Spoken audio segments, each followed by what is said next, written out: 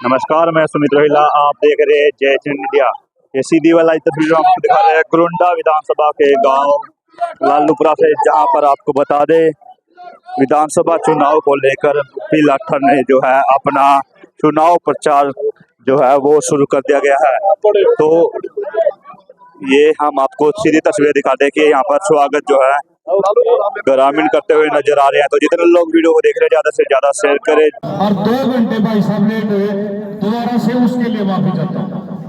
कोशिश इतनी करी हमने कि जाम लग गया, वो लग गया, पर फिर भी दोबारा से आप माफी मांगता हूँ। इस बरादरी साथ खड़ी भाई साहब के, न केवल वो पिलाठा नहीं खड़ा, 36 बरादरी खड़ी और 36 बरादरी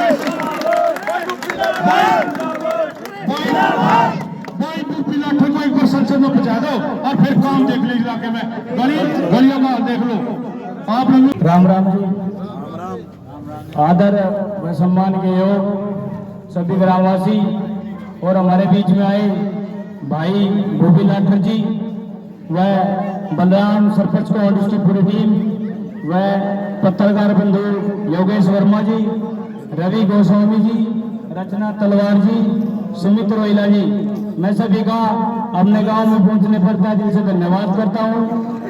और मैं सभी ग्रामवासियों से एक बात करता हूं, भाई मैं पहले कहीं भी था या कुछ भी था, लेकिन मैं एक हफ्ते पहले भाई के पास रात में एक काम गया था और वो काम इतना डिफिकल्ट था और भाई ने बनने की दौड़ की बात, अभी तक टिकट नहीं मिला, टिकट की दौड़ में। लेकिन इस भाई साहब ने जो लाठर जी है ना, वो मेरा काम आज मेरे पास फोन आ गया करके दिखा दिया और मैं सबको धन्यवाद करता हूँ।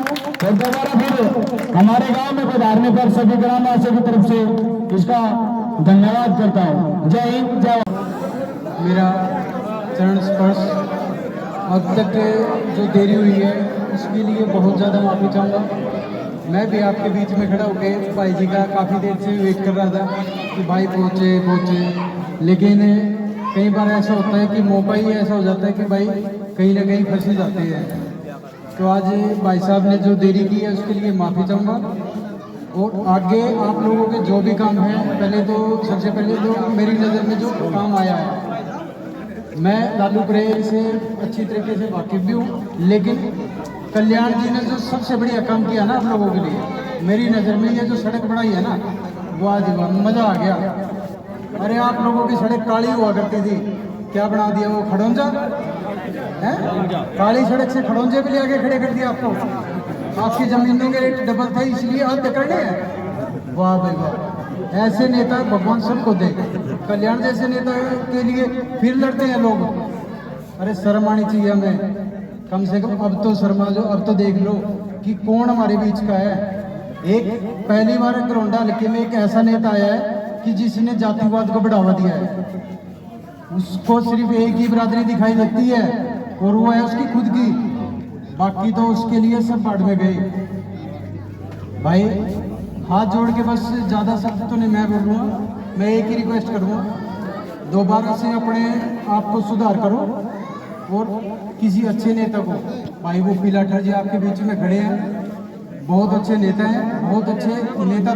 देखिए, पिछले दिनों जो पार्टी ने एक व्यवस्था बनाई है कि पार्टी सर्वे करा रही है, ऐसा पहली बार भाव आया है कि पार्टी ग्राउंड स्तर पे एक सर्वे करके गांव स्तर से और शहरी स्तर से गांव के और हल्के के बीच का कैंडिडेट देना चाहते हैं। उस लड़ाई में, उस स्पर्धा में कहीं मैं कमजोर ना रह जाऊं, उसके लिए मैं अपनों के बीच में आया हूं और ये प्रार्थना करने आया हूं कि इस राजनीतिक और सामाजिक प्रतिस्पर्धा में आप सभी बुजुर्ग मेरा साथ दें, मुझे आशीर्वाद दें। इसीलिए मैं अपने सभी साथियों के, अपने बुजुर्गों का आशीर्वाद लेकर के इनको ये कहने आया हूँ। लालूपुरा गांव का आसपास के गांव में बड़ा अच्छा सहचार है, जहां इनका व्यापारिक या पारिवारिक रिश्ता है, यहाँ की चूल्हे न्योंद की यारी दोस्ती है या रिश्तेदारी है, उन सब में जाकर के ज़्यादा से ज़्यादा कांग्रेस पार्टी के विषय में प्रचार करें और अपने बेटे के लिए आशीर्वाद के लिए ये एक मुहिम चलाएं। और कछुए और खरगोश की तरह जिस तरह कछुआ हर दिन चलता था, हर पल चलता था और अंतिम में लड़ाई जीत जाता था, मैं उस लड़ाई को जीतने के लिए अपनों के बीच एक प्रार्थना करने के लिए हाथ जोड़ के इनके बीच में आया हूं।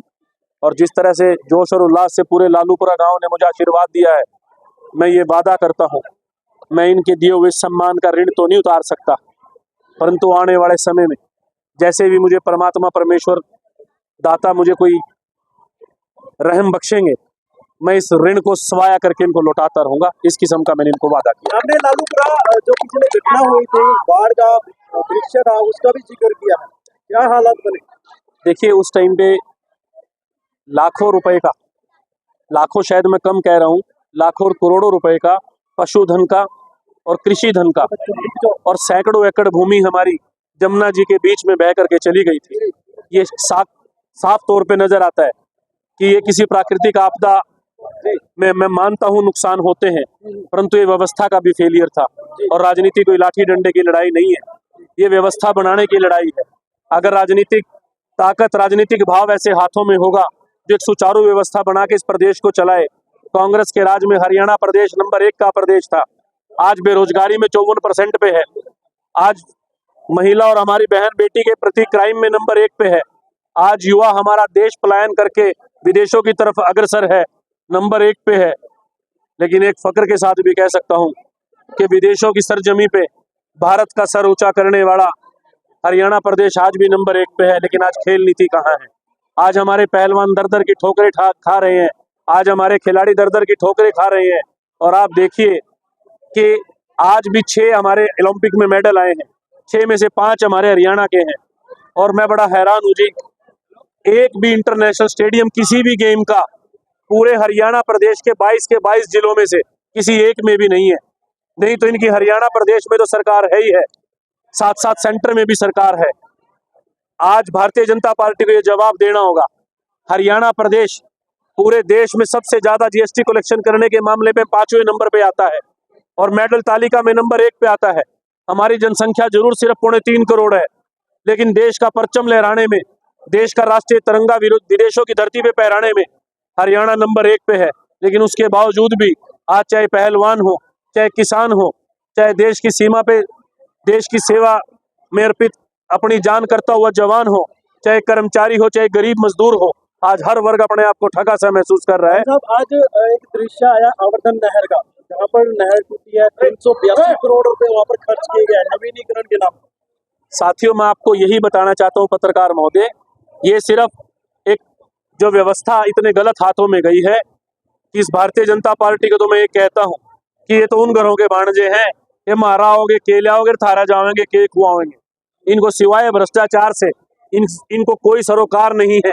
इनको ये सरोकार ही नहीं है कि आम जन आज किस चीज से पीड़ित है। तरह तरह के लुभावने वादे देते जो सब झूठे और खोखले हैं। यही आवर्धन नहर कांग्रेस के राज में बनी थी, भिवानी तक पानी चला गया। हमारे यहाँ है कि शायद अब तो उनको शर्म आ गई होगी कि ये हल्का उनकी तरफ, विधानसभा क्षेत्र उनकी तरफ देख रहा है, परंतु पता लगा अगले दिन मीडिया में बाइट चली कि विधायक जी को तो शेव बनाने का भी समय नहीं है, सारा दिन जमुना पर खड़े, उनका पैर भी फिसल गया। मैंने विधायक जी को एक प्रश्न किया, माँ बड़े भाई साहब शेव तो बना लो, चलत्तर क्यों करने लग रहे हो, के रूप में दिया। और इसके अलावा इस भारतीय जनता पार्टी ने हर साल 100 से 105 करोड़ 110 करोड़ तक यमुना के लगते गांवों में तटबंध निर्माण के लिए पैसे दिए थे। कहाँ तो वो रॉयल्टी के पैसे चले गए और कहाँ वो तटबंधों को मजबूत करने के लिए पैसे चले गए। हाँ, इनके ऐसा कोई जिला बता दो पूरे हरियाणा ही नहीं पूरे देश में जहां भारतीय जनता पार्टी का आलीशान कार्यालय ना बनाओ, और पूरे देश में ये बता दे जो ये कह रहे थे कि 2022 तक पक्के मकान देंगे, किसी को 150 गज का मकान भी दिया या प्लाट भी दिया हो। ये प्रत्यक्ष है आपके सामने, ये रिपोर्ट कार्ड है कांग्रेस पार्टी का और भारतीय जनता पार्टी का।